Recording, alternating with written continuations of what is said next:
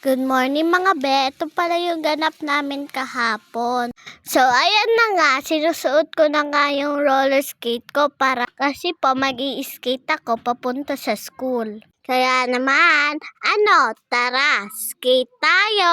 Samahan niyo ako pala mag-skate. Diyan nga, hindi pa po kami nakakalayo kaya hindi pa po ako pagod. First time ko lang po pala mag-i-skate papunta sa school. Good luck to me! Malayo pa naman papunta sa school namin mula sa bahay hanggang sa school. Aray mo!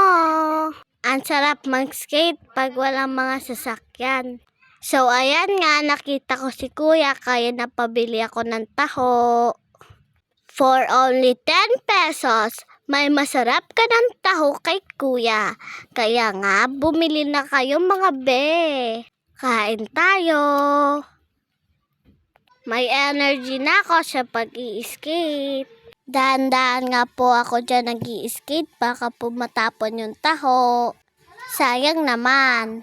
Ang sarap po mag-skate dito sa amin. Ang luwag ng daanan. At sa wakas, andito na tayo sa Maliksi. Malapit-lapit na sa school namin. Kaso, pataas dito kaya hiningal ako. Grabe. So, ayan nga, nakikita nyo pa yung flag ng Philippines. Andito na talaga tayo sa school.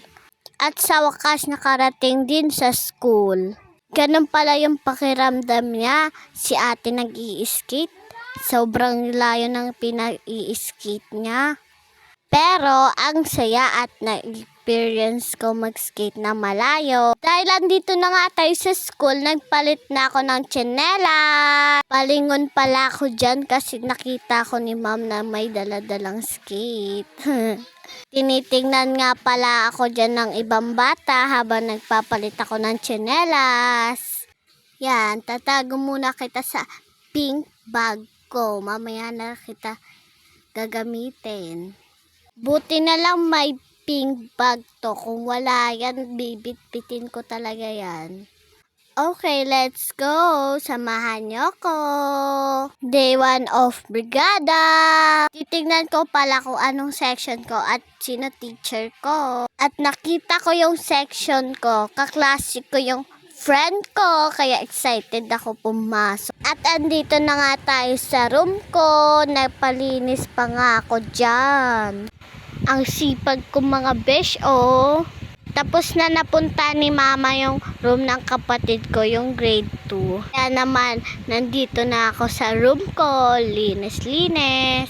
So, ayan naman si mama, yung naka-red, nagpo-pro walk siya. Dami naming student, pero yung mga parents hindi nagbrigada.